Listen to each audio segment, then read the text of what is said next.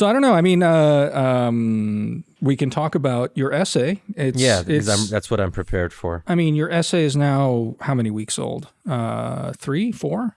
It's timeless. It is timeless because I read a version of it in November, I feel like, right? Oh yeah, you've read various iterations of it. That's true. Yeah. I went and reread it again to see. I mean, it was in pretty final shape in November. I mean, like, I don't think it changed that much since the draft I saw. I actually had a bit more parts on Germany. If you recall, I had a couple quotes from leaders of the right-wing party in Germany, the AfD. Yeah.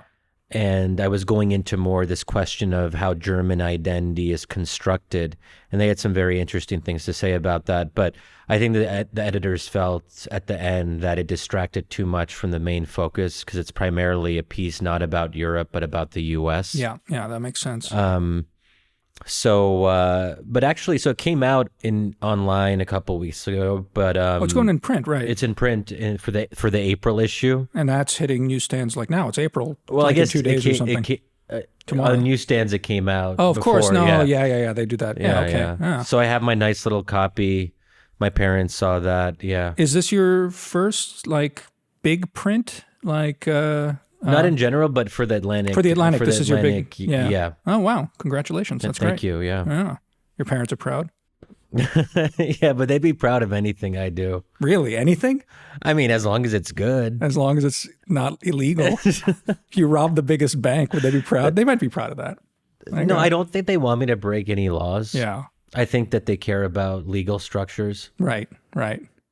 Yeah, so I mean, but the interesting stuff is that, again, the timeliness of the piece. I forwarded to you, and then I saw you tweeted, and then I saw maybe you even got cited in the Washington Post as a result of your tweets. So the new Pew studies about religiosity or at least affiliations. Yeah, right? so there's a new Gallup survey that's out, and we actually included that in the Atlantic article pre-published. So that the latest poll hadn't actually come out. But my fact checker actually wanted to double check on the numbers with Gallup. So, and that's when it became clear that it was dropping even more in 2020. Yeah. So where church membership had previously been hovering at around 51% or so, it dropped further to 48%. So it's a very striking drop over the last 20 years. And that was sort of how I oriented the essay, that because it had been hovering around 70% for most of the second half of the 20th century, right? Yep. Then all of a sudden, in the last 20 years or so, we see this very sudden drop. So it's not as if the secularization process had taken hold in the 80s or even in the 90s. Something in the late 90s, early 2000s just apparently clicked. Yeah. And there's a lot of speculation about how or why that would have happened. I have my own ideas about that. I don't go into too much detail as to why I think Christianity declined. It's more, the piece was more about what are the effects of this? What does it mean for American identity and the future of American politics? But I think it is a really interesting question that it's not necessarily my role as a non-Christian to tell Christians why Christianity has in some sense failed. Right. Although it's funny that I mentioned this. It's funny that I mentioned this. It's funny that I mentioned this because my Friday essay, which will be coming out in 2 days, and I'll say a few words about what we're trying to do with that. I started drafting it today, and the tentative title that I have is The End of Christianity. And this is where I want to explore a little bit more to build on my Atlantic article, to ask this question of why has Christianity in America failed to resist this growing secularization? Why hasn't it had the internal resources to resist? Because for many decades it did. So unlike Western Europe, the 60s onwards, the U.S. remained uniquely devout among Western democracies. But that resistance now has come under question. Now we're converging more and more with the Western European model, not to the same extent, because it would be very hard to get to the level of non-Christianity that we see in countries like France, the Netherlands, or Sweden. But that's a trend line that we're going in. And so just to say a word about the Friday essay, just because I guess we haven't really hyped it up for our listeners, but we're really, really excited about this. Last Friday was the inaugural edition, I guess, of the Friday essay. The launch, if you will, courtesy of Damir. What was the title, Damir? Again, it was the paradoxes of American faith. Yeah. And single paradox. Sorry. The one paradox of American faith. Paradox. There is only one. There is only one. And this is really cool because we're going to be alternating Damir and I most weeks. So it's my turn this week, and this will be for subscribers only. And so if you guys are interested in that, we would encourage you to consider subscribing by going to wisdomofcrowds.live/subscribe. What we wanted to do was to offer something a little bit more regular for subscribers, an added benefit where they can sort of expect something week after week, because up until now, I think some of our paid content has been a little bit ad hoc. And I think that we have to be a little bit more, I think, serious about a schedule. Yes. So this is our attempt to offer something which we think will be special. And and it's not just something that we just kind of, we just kind of like, what's the appropriate word? Like shit out of our, it's not like something that, no. Shadi's mom is not happy. But it's like a proper essay, and I think one that we'll be giving quite a bit of thought to. And it's a way for us it's a way to force Damir and I basically to have an essay in the truest sense of the word, which is I guess the etymology of essay is that it's a way to ask yourself and to ask others a question, and to try your best to offer a tentative answer to it in a more sort of coherent form. So that'll be fun to do, I guess, for me every other week. Yep. And so stay tuned for that, guys and gals. Indeed. 2 days for now. Well, I guess when this will come out, it'll be the following day. So if you hear this and you want to get this straight into your inbox, I mean, feel free to consider subscribing. But the reason that I bring this up, in addition to trying to entice you with our wares, the other reason is I think it gets to this bigger question of why Christianity isn't as compelling as maybe it should be. And I say should be here because you'd think with the growing polarization, the growing vacuum in American life, the decline in associational activity, where more and more Americans are quote unquote bowling alone, or the opioid epidemic, all of these things have been intensifying over the last 2 decades or so. And this is part of the broader context for the question, right? So you'd think that with these things going on, that more Americans would be searching for meaning. And I think more Americans are searching for meaning. The question is, why aren't they finding that meaning in traditional Christianity? Because if people are looking, that would be one of the obvious options. But if anything, they're turning away from traditional Christianity, even in red states, even among younger Republicans, so on and so forth. So there's in some fundamental sense, there's a failure of Christianity and a failure, more specifically, of institutional Christianity. Well, so, let me just, I can sort of use what I wrote in the last Friday essay, but really it's a slightly different point I want to push you on now. Early on, before you were doing the pitch on the Friday essay, I feel like you juxtaposed, or you had it that Christianity was holding secularism at bay and is no longer doing that. I guess the question I'd have for you is, and you said you admitted that it's not even quasi-European. That's not quite right. The reason it's not quasi-European is that the nuns, I think, the non-affiliated, the ones that are rising at the expense of Christianity. I remember when I've mentioned it before on the podcast when the great sociologist of religion, Peter Berger, was writing for the American Interest regularly, and I was editing him, and Peter was just one of the most amazing people, just someone, as someone who's personally, I'm not at all religious, and it was just wonderful to talk to a man who's a believer himself, though a very sort of laid-back German Lutheran, just, editing him and just talking to him about this sort of stuff. He was really taken by the rise of the nuns. He would write every so often about this. And the thing that he would always come back to is that, the nuns are not secular. The nuns are non-affiliated. And Peter's last book actually, I'm not going to look it up now, but it dealt with secularism, and it was about the paradoxes of secularization. He had this, one of the things I remember he grappled with a lot was this idea of, that you have evangelicals who quite seriously believe in the literalism of the Bible, and yet are able to in no way find it difficult to reconcile modernity and all that modernity brings with it, all of that with a very literal reading of the Bible.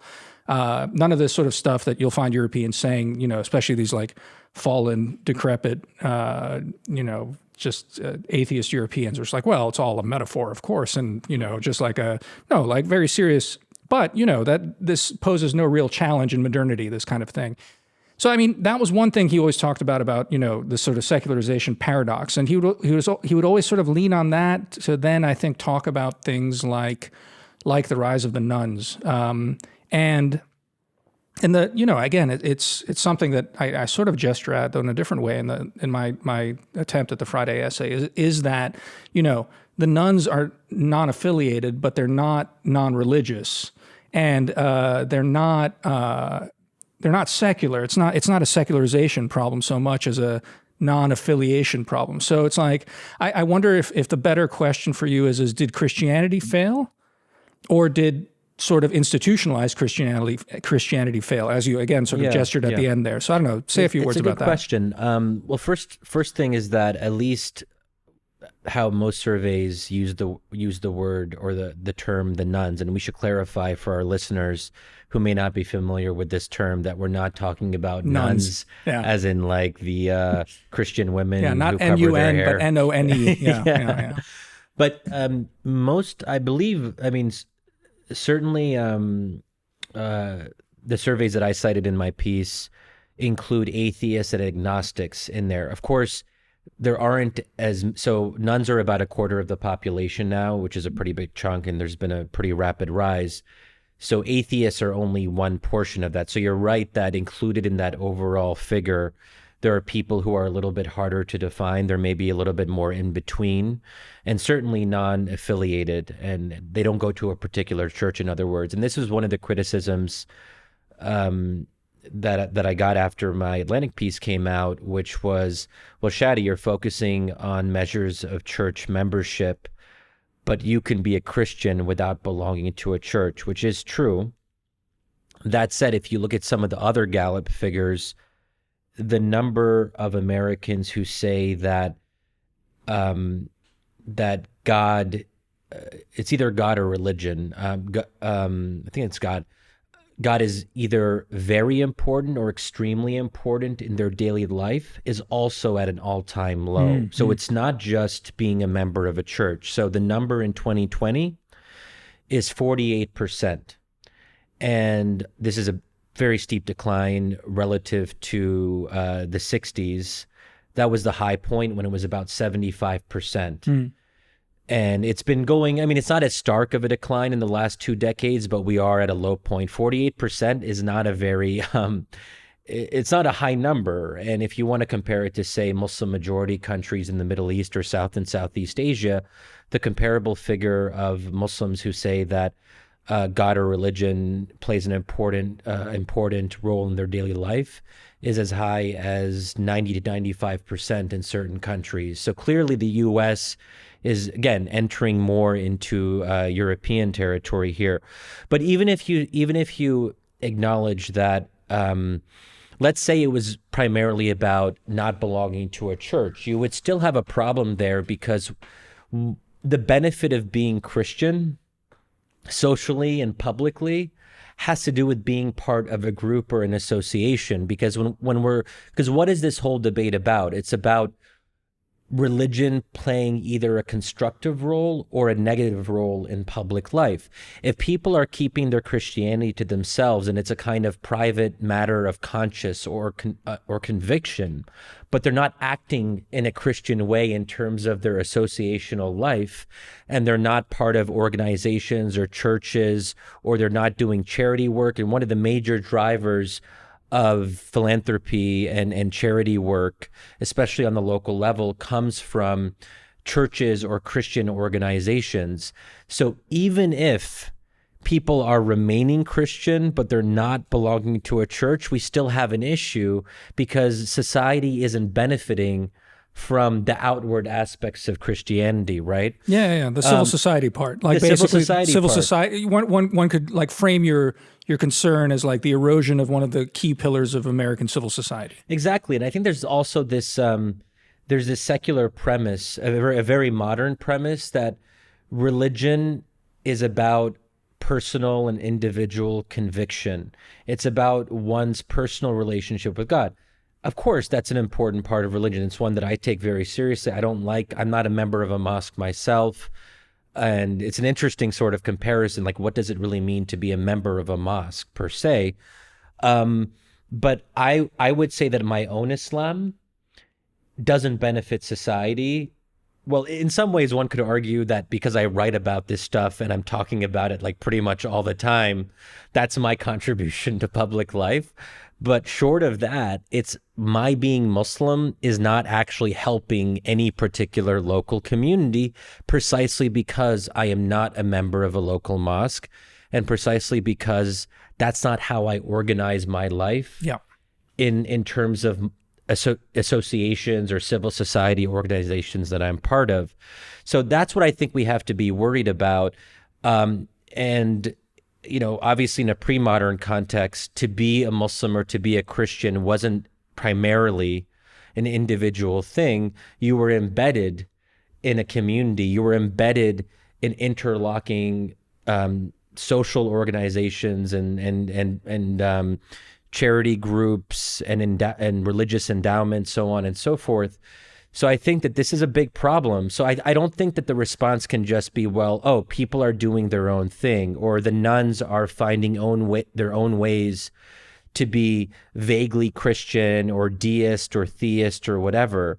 Because we still have this question of the vacuum that is in how people like live with their peers and with their fellow Americans. And that's what I think we have to be able to address. I mean, so does that make sense? No, that makes sense. The I guess the just the way I approach the problem. I mean, I tweeted it. I wrote it in the Friday essay as well. I mean, like I don't think there's much disagreement in between me and you on your diagnosis and the rest of this. I guess maybe it's just a difference of framing to a certain extent. And I won't pull up your essay to find the quote. You can probably conjure it up out of thin air. But it was something along the lines of like American identity is not defined by Christianity, but it has always had a strong Christian component to it, right? That sounds like something I would say. Yeah, I think I read it. Yeah, I think it's something you would write. In any case, I read that and again, it's like I say yes, but I wonder if like the way to think about what's going on. I guess put it this way. I think we most closely agree in the diagnosis that there's some kind of perhaps crisis happening in the concept of Americanness and the sort of legitimating concept of what brings that together. And I mean, we've had both like online and off, like all sorts of conversations with people. I mean, together and separately. You get a sense, especially among younger people, that like a still strong faith that they can't really articulate about the cohesiveness of America, that it's just based on this like very general and broad concept of equality and dignity, that like as long as that's preserved and tended to, all the diversity in the world doesn't really undermine that, and that's enough. I've always been very skeptical of that. However, I guess the it's not a problem with how you frame it, because I think it's part of it, but I just wonder if that's not the bigger question rather than the decline of Christianity. Do you know what I mean? Like, it's obviously Christianity is a big part, but maybe even let me take it a little further and be a little more provocative. What we've lost in the 20th century is ultimately what Sam Huntington ended up getting pilloried for in his last book, right? That the one where he was panicked about Hispanics.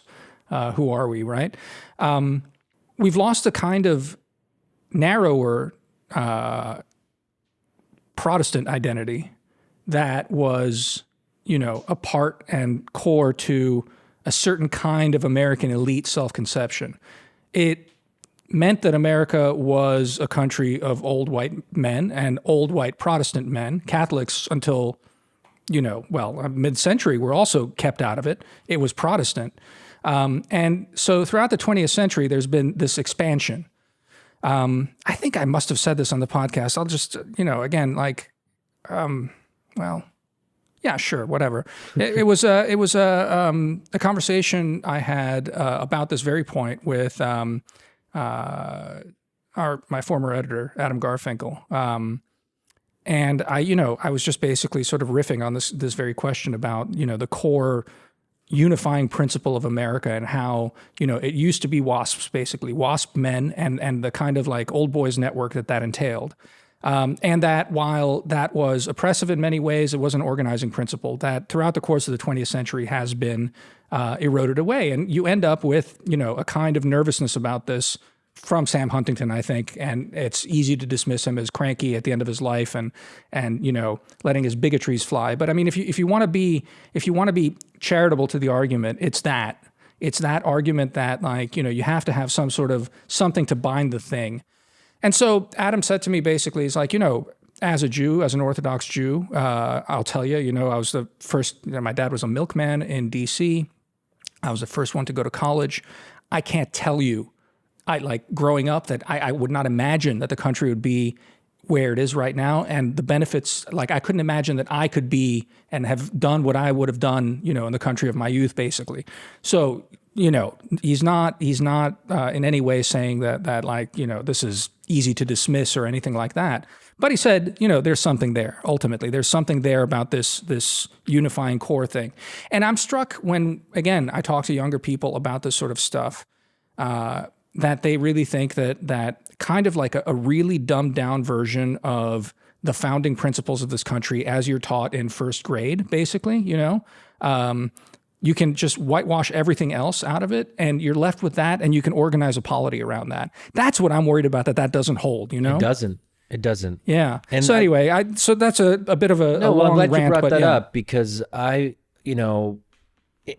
the article, I struggled at the end because, at the end of a long essay, you want to come up with some kind of comforting conclusion and you want to show people a way out. And I should also say that, for those of you who haven't read it, we'll include the link in the show notes. It's also titled America Without God, if you just want to search for it.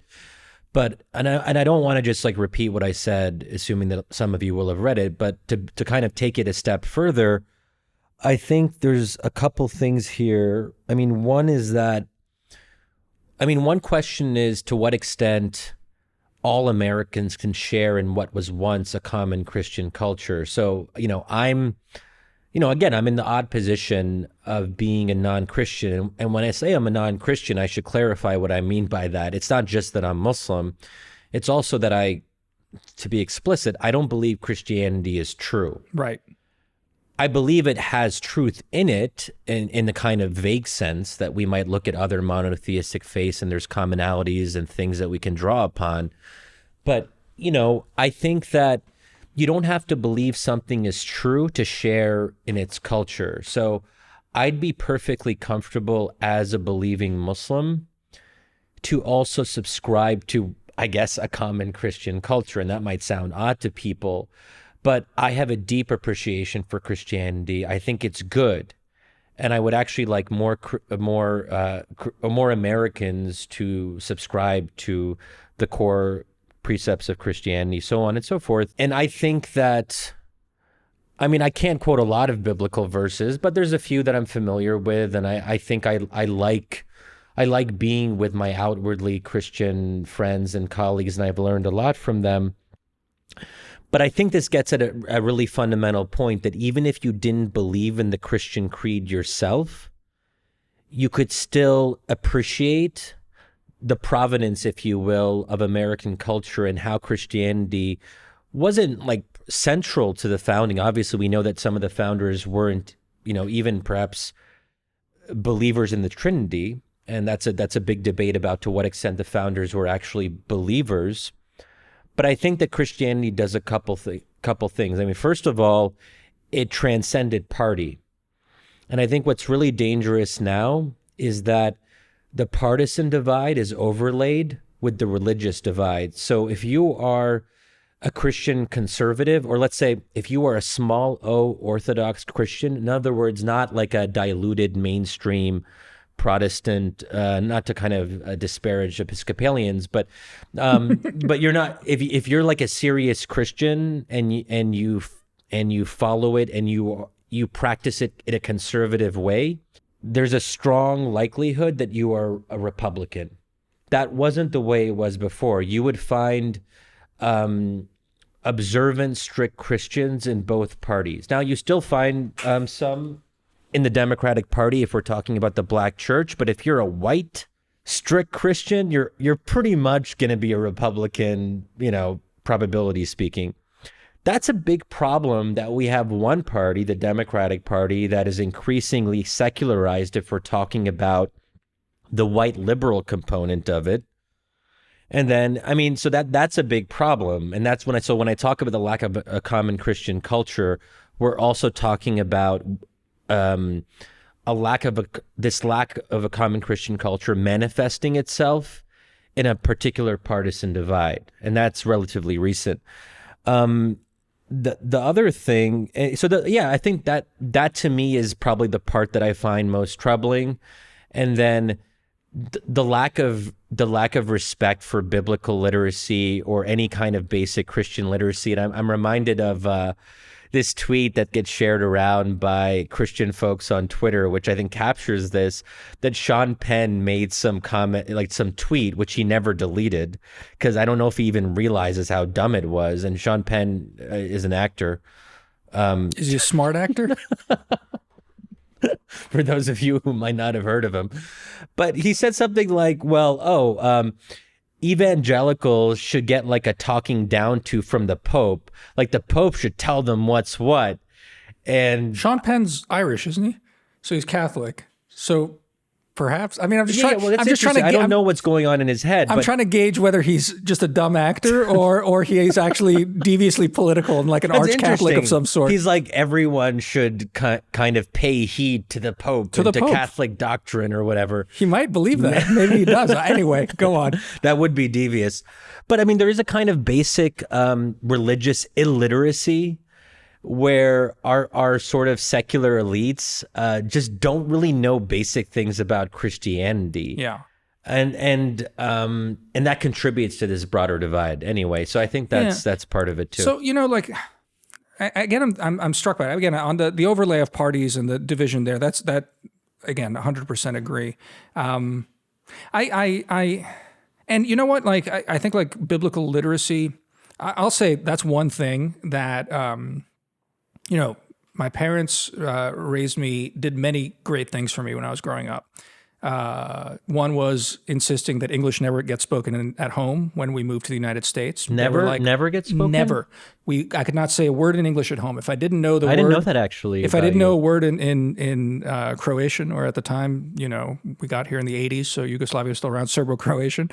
If I didn't know the word, I would say, I'd have to say, how do you say in Serbo-Croatian, and then the English word, and then that was it. Huh. So that was a very strict rule. So I preserved my language. Was that the main goal, that they wanted you to just be very serious about preserving? Yeah, they said, because, they'd also saw how their friends were oftentimes raising, and actually a lot of, I think, immigrant families that come to this country, they want the best for their kids, and they want to, practice English or whatever. But of course they knew I was doing English, most of my day in school and everything else. They both speak very good English. My dad, flawless. They read in English as if natives, but there's no need for them to help me with English, basically. Yeah. So that's one thing they did for me, and encouraged me to read and all the rest of this. But one thing I never had, and it's interesting that I've felt it for the rest of my sort of life, basically, is a basic biblical literacy, because I never went to Sunday school. We were properly a secular. I push my parents. I'd say they're agnostic. I don't think they're militantly atheist, though my dad did really enjoy Christopher Hitchens' last book and was running around with it, before Hitchens died and being like, oh, so many good things in here, But I never had that, I never had that. And I remember in college when I took this English, big survey class from Gilgamesh on, and we spent a good chunk of that time reading the Old and New Testament. That was the first time in college that I actually encountered any of that. Obviously, it comes through osmosis, but you never really. So, again, that's a big aside to just basically say that I agree with you that biblical literacy as part of a certain kind of core culture is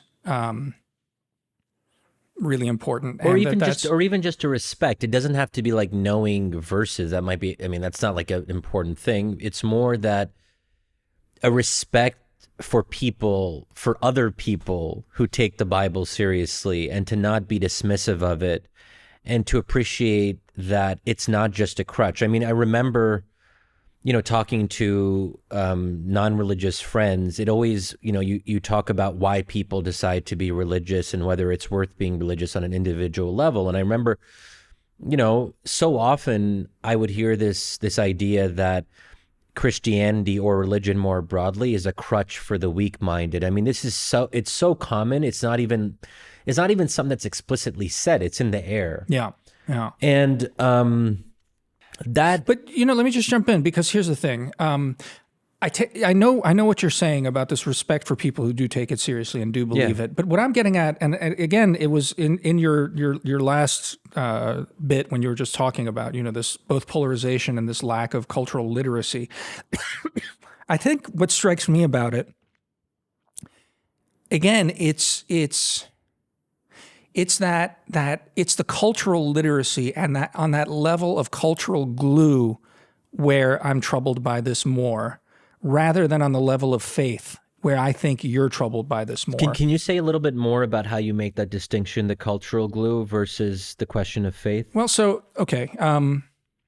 Because in some ways, I thought I guess I would think I would agree with you insofar that I said that you don't have to be Christian yourself to appreciate the common Christian culture. No, exactly. Again, I don't think we agree. I think it's. I don't think we disagree. I think it's just basically maybe just a slight, maybe 30 degrees of different approach angle to it.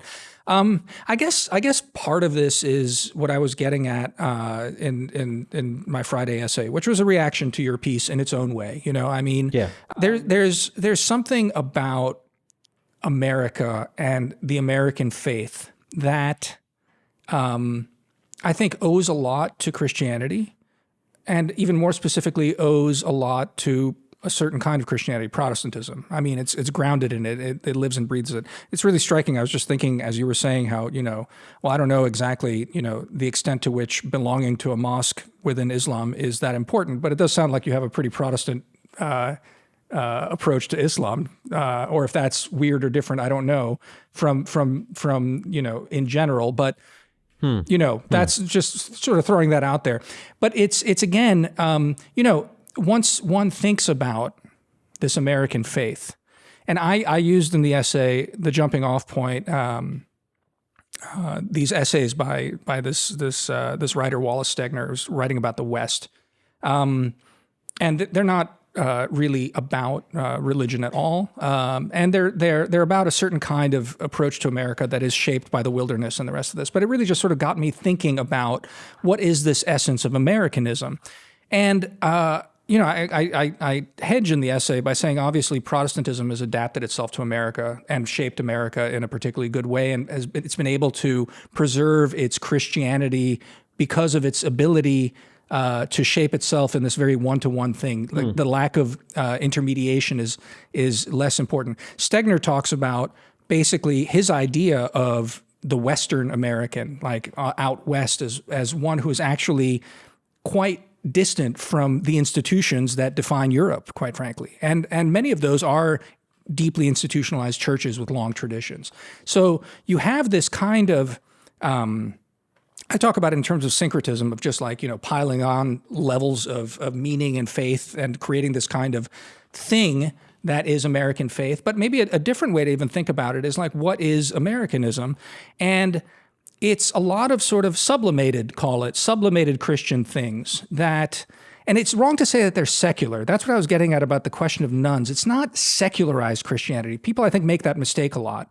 And you and I have talked about this too. The American idea is sacred in many ways. It's a religious idea in many ways. And so, you know what I mean? I guess that's the thing that, like, when we talk about what's happening right now, and we ponder the nuns and we ponder this crazy moment of woke activism and its religious overtones that are still tinged with this kind of like radical, like almost, hard left, like not whatever cultural Marxism. I know right wingers like saying that, but you know what I mean? It's like this kind of grounded certainty in a fake scientism about stuff, right? I still think, and I still wonder, with all the caveats of like where we are and how bad it is, I wonder if like we're just thinking the difference between how you and I are approaching the problem is that you're focusing on this faith element and I'm maybe just focusing on this Americanism element that I completely acknowledge is deeply grounded in faith, but I wonder whether you're strict dichotomizing it between secularism and like belief misses something about how Americanism works. Yeah, and I think this is why I think your essay was really, it was fascinating for me, and I didn't know exactly what you'd be writing. And then I saw it in the kind of draft page, because generally Damir and I, we take a look at each other's stuff just to catch like, last minute errors or things that need to be changed. But I loved it because it's actually a pretty novel argument that I haven't really seen a lot, or perhaps at all elsewhere, where you basically make the case for a kind of religious syncretism that is at the heart of the American idea, that it's less, and it's interesting there because there is some, I don't know if data is the right word, but evidence, if we look back to the 1700s and 1800s, that church membership was not an important metric. It was actually quite low. So when we talk about the decline of church membership, we're comparing now to the rest of the 20th century. If we're comparing to the 18th century, church membership wasn't particularly important, and it was actually like relatively low, including, if I remember correctly, also in the early 19th century before the Civil War. But also people were very religious without necessarily being in a church around the time of the Civil War.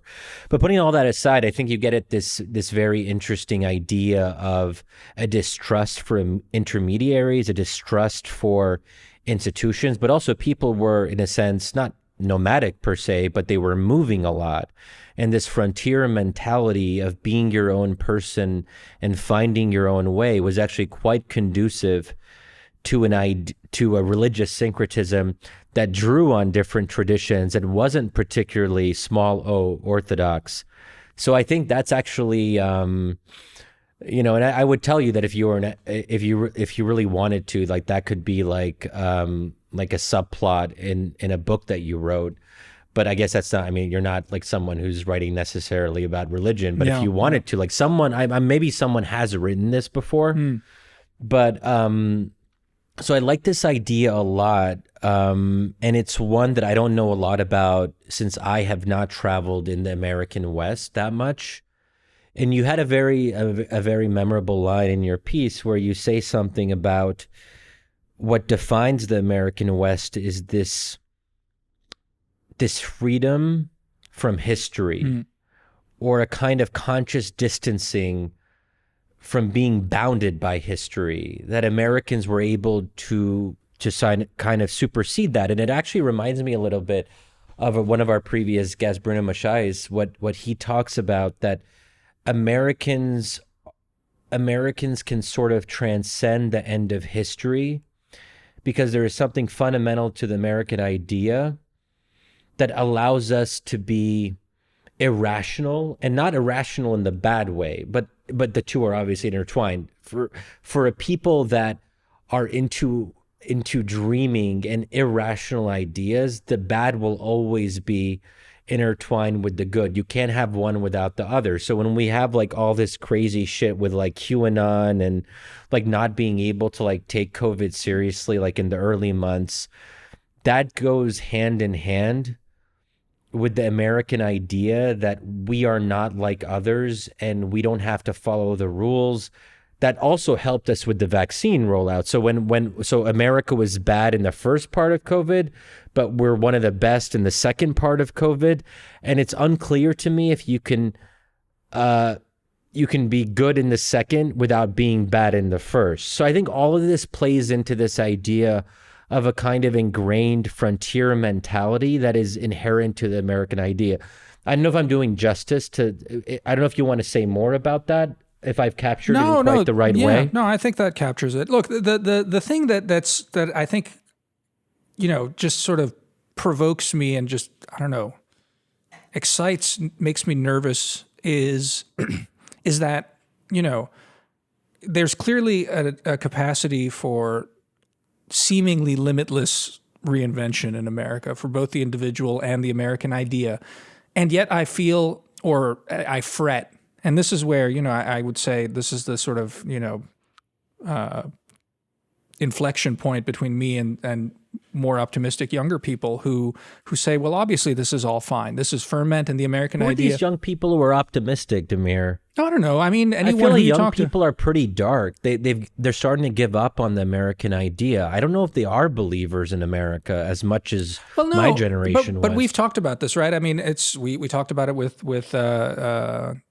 Christine when she was here, like, basically with Christine Emba when she was here. I mean, like it's the question of, what is the woke project, and I mean, if you're maximally charitable to wokeism, it is an argument that if we boil down the American idea to a certain sense of basic equity and dignity, and ensure that plays out, that's all you need. My criticism has always been that I don't think that that's enough to basically keep a polity together. I think it's a fine thing to drive a certain kind of activism, which as part of a greater whole, I think can help shape and reshape and reform and rebirth the American idea. I worry about it as being taken as too much of a gospel truth by too many people, and it becomes a totalizing political project that is actually not realistic in many ways, and too narrow to appeal politically more broadly outside of its sort of thing. It's kind of like, when you think about it, what drives wokeism in its sort of, again, if you're being maximally charitable, it's kind of like, when you think about it, Martin Luther King's idea without the Christianity. It's, Martin Luther King's thing was always, we need to be living up to the founding ideals. But so all that wokeism is like, yeah, we need to be living up to the founding ideals. They're equality. Now fucking get out of the way, or I'm going to, do whatever the hell, and it's very aggressive. There was that Christian element because King was himself, a pastor, a preacher. And so that perhaps, shows the difference between then and now. I guess the optimism, though, if you talk to people who are defending the moment and are most sort of positive about it, is that they say that there are no limits to this, that we've captured what the American ideal is. It's in these two simple things. Maybe I'm oversimplifying a bit for effect here, but that's it. That's all you need to build an equitable polity. And, tied into this is another level of sort of, I think, optimism among, certain kind of young people, that it's like, it's a conviction that one can organize the world around the concept of the principles of equity and dignity, and then add democracy to that, and you're good. Okay, but I look, think that's I all mean, false. I yeah, think. and I agree. I mean, first of all, equity is not inherent to the American idea. I mean, not to kind of like unpack what that word means. I mean, that is not what being American is about. I mean, at least that hasn't been the case up until now. But I'm also glad that you bring up King, because I mean, not to go into this too much and open a can of worms. We're also later in the episode, so I don't think any of my enemies will listen to this particular part. But like, I mean, King and the civil rights movement in the 60s were unabashedly anti-woke, in part because they were unabashedly Christian. I don't believe that you can be a fully fledged Christian, or for that matter, a fully fledged Muslim, and still embrace wokeness as your organizing architecture, if you will. But putting that aside, I mean, I think that part of what I'm worried about is that these woke folks, they're not grounding the principles of equity and dignity in in American history, in the American founding, in the American project. For them, the American story is actually anathema to the very equity and dignity that they're pursuing. There's not just a tension, but an outright contradiction. This is why I think that I don't want to make it into like some big cause of mine, but 1619, to try to like reconceptualize the founding in such a manner, I think it's ultimately destructive, because it's actually about drawing upon those contradictions. It's about saying that the traditional American founding in 1776 is not in line with justice and dignity for people of color, or for just Americans more broadly. And to have an idea of America that is divorced from the American founding, that is what I'm ultimately worried about. And this is where Christianity, I think, does come in as, Yeah. And again, just to stress, I think the where you and I just sort of approach it differently is that I'm less concerned about how avowedly religious that American Christianity is. Maybe we're actually not that differently, but I guess I approach it as a mostly secular person myself, as this idea of this faith as being,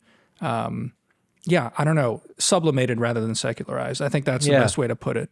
And it brings to mind, it's been a while since I read it, but it's an excellent book, and I would highly recommend it. Tom Holland's Dominion, the British historian, where he makes a pretty ambitious argument that, which I don't fully agree with, but I very much respect the argument, which is basically that, and I'm not doing injustice, but that there are these ideas that are central to secular Western civilization today. So when we talk about human rights and the individual, individual agency, autonomy, freedom of conscience, so on and so forth, that this wouldn't have been possible without Christianity, that Christianity provides a kind of original architecture for what would become the humanist ideals of secular Western civilization. So pretty much like even in a thoroughly secularized Europe, a lot of what they're talking about without even realizing it is actually, as you say, sublimated Christian ideas. I think there's some tension in that argument, because if Christianity brought us to the wonders of modern Western civilization, great for Christianity, but the fact that it ceased to be explicitly Christian points to a kind of inherent dilemma there and problem. Like if Christianity can give us these great things, but ultimately stops being what it previously was, then there's almost a kind of tautological aspect to the argument. But it's still an excellent book that I think provoked me a lot. But that's exactly where I think the difference between the U.S. and Europe ends up like breaking. I don't know if you agree with this, but I think, and I intuit this, is that Europe has a kind of scientist break with tradition and Enlightenment, especially in the 20th century, perhaps especially after the Holocaust, the ultimate theodicy. Like there's a break there. Arguably it happens in the 19th century, but certainly it breaks hard in the 20th century. And that's what I mean about like, this is where in the American context, exactly where I think your frame I'm not fully on board with is because you said, Christianity gets you all this, but then sort of withers away. I think the American context, again, it gets sublimated and it's reinvented in its own sort of way. Again, I say that without saying that the wokes are reinventing Christianity. I'm not saying that. Okay. But I think that there's something about, and that's the question, is how infinitely malleable is this thing that we have, this Americanism? And maybe you're right. Maybe the fact that people are no longer saying that God plays a role in their lives, even whatever that means to whatever people when they answer the survey, maybe that is cause for concern. And if there is no at least a concept of a God, it doesn't amount to enough to rejuvenate this American faith. And maybe these things are, and maybe in that sense it is becoming Europeanized. I guess I'm still struck by the weird fervent nature of all of this that's happening here, that I just don't see parallels in Europe. That said, I haven't really been in Europe as sort of this American wokeism has taken over. So I don't know how that's playing out there. But I feel like if I was there, even though there are all these New York Times think pieces being written now about how woke ideas are transforming Europe and this unwelcome sort of import, I would guess that it's also landing differently over there. Well, is that part of the thesis of, so that's actually probably more the thesis of my Atlantic article, which again, I didn't want to delve in too much just because I didn't want to be redundant. But I think that if I recall from my own article, I think that, and I don't know if to what extent you agreed with this aspect of it, but that because Western Europeans are able to fall back on a shared sense of history, and I don't mean history just in the last couple centuries, but a longer history, but also a history that is based on shared ethnicity, that if you don't have to go out of your way to be a believer, because you already have something that is anchoring you, and that is a particular, an ethnic conception of the nation state. That if you're Swedish, Dutch, or German, well, Germans are a little bit different because, well, that's a whole different story. But in a lot of these nation states, there is I think a somewhat more straightforward conception of what it means to be Dutch, Swedish, or Norwegian. And that when you look at your fellow Norwegians, for the most part, except for the 3 to 4% that are Muslim now, everyone's basically white and Norwegian in quotation marks. And you can just live that way, and you can have a life of pleasure and high standards of living and a strong welfare state. And that allows you to not have to be searching for belief. And yet, a core component for a lot of these places is, in fact, an established church, but not one that anyone takes seriously, though. But interestingly enough, and again, this is, I guess, gets at the question of it gets at the question of the sublimation of faith in the American context as opposed to elsewhere. I think Americans take it more seriously even when it's sublimated in a way that it's core to the identity for an Italian or a Croatian to be Catholic. However, even the faith itself is ornamental in many ways. It's where you take your kid to be baptized. It's where you get married and where you bury your elders. It's basically an ethnic Christianity. Yeah, it's very much tied to the nation and the nation state in a way that has almost no theological content. Right. Yeah, that's right. And I think that's, I'm not a historian of this stuff of faith in Europe, and I'm sure it varies by country where these breaks happen. But I would suspect it's certainly after the French Revolution, probably with the rise of socialist ideas across the 19th century, and almost certainly after the convulsions of First World War I, but especially World War II, where a lot of this sort of properly breaks. So one could say that it's in Western Europe, it's more belonging without belief. That's what a Christian heritage can offer. Where in the U.S., we still have, and that might change, and it is changing, belief without belonging. And maybe that's one oversimplified way of discussing it. I also like that you brought up World War II and the legacy of it, because it's an interesting question of whether you can have a religious society after something like World War II and the Holocaust. And, you know, we were spared that, at least within our borders. We participated, obviously, but we didn't have to experience it the way that Europeans did. And I just wonder that brings up the question of theodicy, that if you see this kind of carnage, whether it even really makes sense at some fundamental level to hold on to certain religious ideas. And I think that is also a key divergence between the U.S. and Western Europe. Yeah. I mean, again, I imagine stuff's been written on this, good philosophical stuff, but it's beyond my pay grade at this point. I'm just sort of spitting in the wind. All right, Shadi. Anything else you wanna No, that just about covers it. Yeah. I mean, we should probably hype up the bonus episode that we're just about to record with our relatively new associate editor, Matt Weinset. Some of you guys might have seen his stuff on the website. He's been a great addition to the team. We're waiting for him to kind of like to cavort into the door. That's maybe not the right verb, but to walk into Damir's apartment through the threshold, and then so we'll record, for the first time, a bonus episode with him for subscribers. So stay tuned for that. And again, we got a lot of exciting stuff in the pipeline for you guys. A new Friday essay, this new episode with Matt.